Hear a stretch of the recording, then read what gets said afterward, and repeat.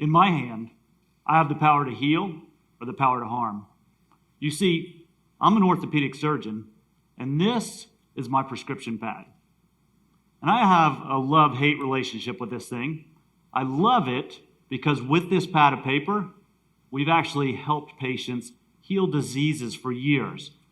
But with the same pad of paper, I hate it because we've also used this pad of paper to unknowingly harm patients by writing opioids like oxycodone, hydrocodone, and morphine. This pad of paper is one of the main reasons that we've had a decrease in our national life expectancy last year for the first time in decades.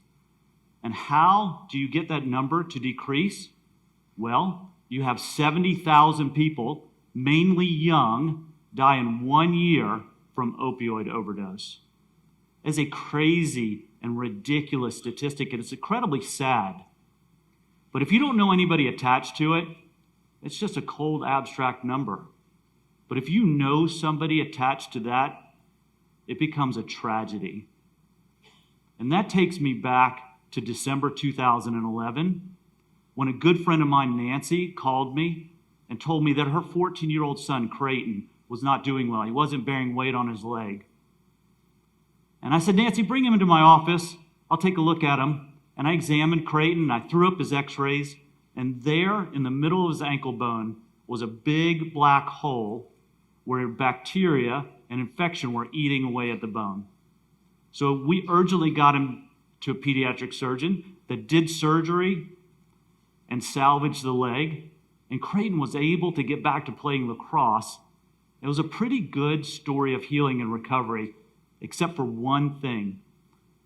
Creighton had received narcotics before and after his surgery, and he never could lose the lure of that feeling again. In fact, he repeatedly sought out narcotic prescriptions and illicit street drugs. It got so bad that his family pleaded for him to get help. And when he relented, there was hope that he was going to be able to put this behind him. But you guys, not 3 days after his release from drug rehab, Nancy received a fateful knock on her door. And when she went to open that door, there standing in front of her was a police officer. And her whole world came crashing down around her. Heroin overdose. He's in a coma. Nancy rushed to Creighton's side in the intensive care unit and was there holding his hand, a hand that she had loved and nurtured and held for 19 years when they turned off his life support machine. And in that moment in time, a statistic became a loved one, and a nameless abstract problem became a beautiful face of a 19-year-old. And my orthopedic practice was never going to be the same again.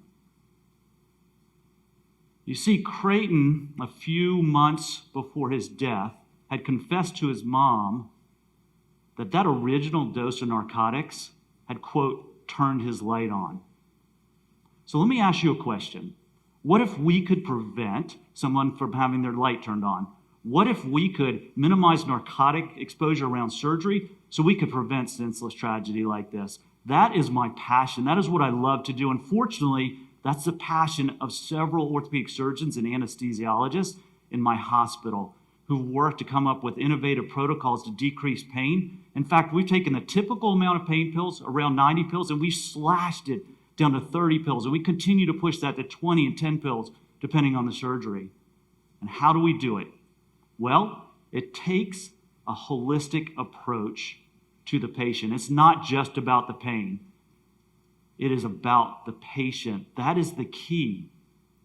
And I want to highlight 3 of the most important aspects of the holistic approach. I want to talk to you about the power of listening, the strength of community, and medical innovation.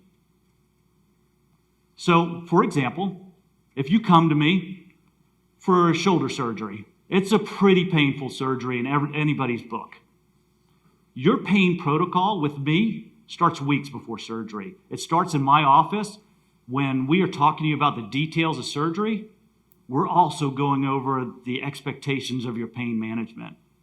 You see, I never want my surgery to push you over the edge into chronic opioid use. Never. It's not acceptable. So it's imperative on me as your surgeon to have a safe space where I can invite you in to a non-judgmental area, and you can tell me your frustrations and fears of this pain you're having. You can even tell me about your uncomfortable family addiction patterns. You can tell me about your own struggles with addictive substances. It's all on the table. It's all fair game. And it's all critical for helping me help you get better. I'm always amazed at the power of this simple concept. They say that fully listening to someone is so close to loving them that most of us don't even know the difference. And I want to listen to my patients well. The other thing that we do that's critical is we want to know who's taking care of you after surgery. What's your community of support? You see, isolation breeds addiction. Isolation breeds poor choice making after surgery. So it's critical that you're surrounded by people that love you, your family, your friends, your neighbors, people from your small group, coworkers, whoever it takes. And I want to bolster your community with my secret weapon, and that's physical therapists. They can guide you and support you during your rehab. And all these individuals make up that beautiful, potent, powerful force of community that combats isolation and encourages healing. Now, I want to fast forward to the day of surgery. Okay, you come into my hospital. We make you look like a patient by putting you in a gown that doesn't fit anyone, but we also give you a concoction of non-narcotic pills that make you not care that you have a gown that doesn't fit. And it makes you not even care you're having surgery. So we love to use these pain pumps, and we chock them full of long-acting anesthetic like your dentist uses on your teeth. And these will numb your surgery site for days after surgery. These are so cool. And you know those Ziploc bags that your grandma maybe kept in her freezer full of ice cubes, and she'd run out there if you fell off your bike and put them on your knee? Well, we have ice therapy on steroids. We have fourth generation computer-controlled cryotherapy and compression units that you can wear 24/7 on your surgery site if you want to. So all these pain modalities and non-narcotic medications are strategically combined to allow you to relax, to allow you to binge watch your favorite TV show, and to allow you to sleep. And if I can get you to sleep, I can get you to heal. And since we've implemented this pain protocol, I've not had not one patient that's gone on to chronic opioid use from my surgery. Thank you.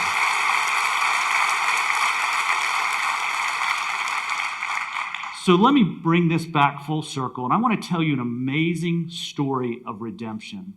I told you about Creighton's overdose earlier. Well, Creighton has a younger brother, Hollis, and Hollis loves to play football. And he was playing football not 3 months after Creighton's death. And Nancy is there at the football game just to support him and try to honestly get some normalcy back in her life. And she sees Hollis going for a routine tackle. And there's a pile of players, and they disperse. And she notices her player down that's motionless. And she pushes through the crowd, and she notices that player down motionless is her son Hollis. And he begins to scream and grab his leg because Hollis has just broken his femur bone in half. So the largest bone in his body got squeezed and crushed between two other players. I want you to stop and think about this. Put yourself in Nancy's place for a second. She had not even dried her tears from burying her son Creighton, who died from opioids. And here she is, her younger son, on a football field, screaming in pain, and paramedics clamoring to get forward to him, to give him strong opioids like fentanyl and morphine. Honestly, it was more than she could take. Her whole world started to go black around her. The chaos and confusion and disbelief that this was happening again really just ripped a hole in her soul. She called me sobbing from the ER that night, and she said, "Jay, I can't do this. I can't lose another son to narcotics." And she was right, and honestly, it broke my heart. But Nancy is like so many moms that I knew. They get super powerful when their kids are threatened. And she instinctively knew what to do. I just was there to help her implement it. So I called up her surgeon and I said, "This is their family story." And he was so gracious to do something he'd never done before. He agreed to put Hollis on a non-narcotic protocol for a major orthopedic surgery. And because of Hollis's grit and the love and support of his family and community of friends and the bravery of that surgeon, Hollis was able to recover fully after surgery without narcotics. Without any narcotics, he recovered. And not only